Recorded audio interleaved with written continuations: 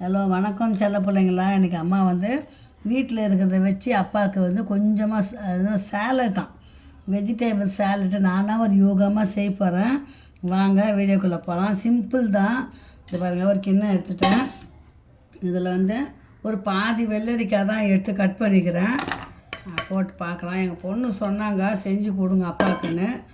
பாதி வெள்ளரிக்காய் போட்டேன், கட் பண்ணிட்டேன். இந்த குடமிளகா நறுக்குன்னு இருக்கோன்ட்டு ஸ்டீமில் வச்சேன்.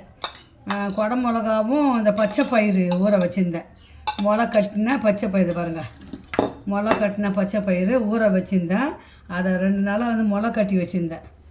முளை கட்டி வச்சு இப்போ தான் வந்து கொஞ்சம் இதுவாக ஆகுது. முளை கட்டி அதை ஸ்டீமில் வச்சு அதை போட்டுக்கலாம். வெள்ளரிக்காய் போட்டாச்சு, குடமிளகா போட்டாச்சு.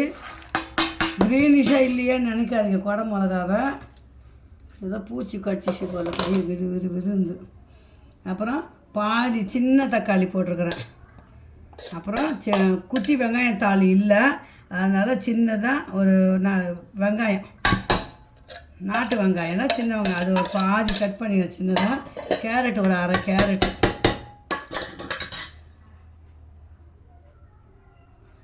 இப்போ நான் சாட் மசாலா வாங்கி வச்சுருக்கிறேன்.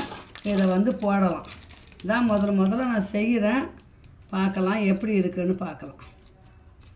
கொஞ்சமாக ஃபஸ்ட்டு போட்டுக்கலாம்.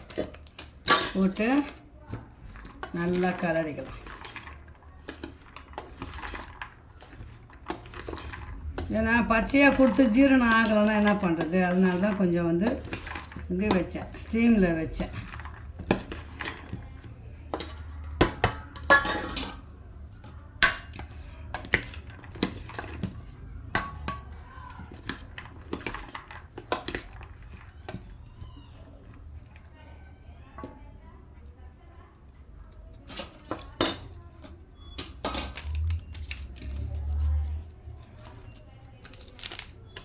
இன்னும் கொஞ்சம் சாட் மசாலா போட்டுக்கலாம். வெறுங்க வர பெப்பர் கொஞ்சம் ஆனால் ஒரு யூகமாக தான் செய்கிறேன். நல்லா இருந்தால் அடுத்த வாட்டி செய்யலாம். சோயா சாஸ் கொஞ்சமாக ஊற்றிக்கிறேன். அப்புறம் சில்லி சாஸ் கொஞ்சம் போட்டுக்கலாம். பெப்பர் பொடி கொஞ்சம் போட்டுக்கலாம்.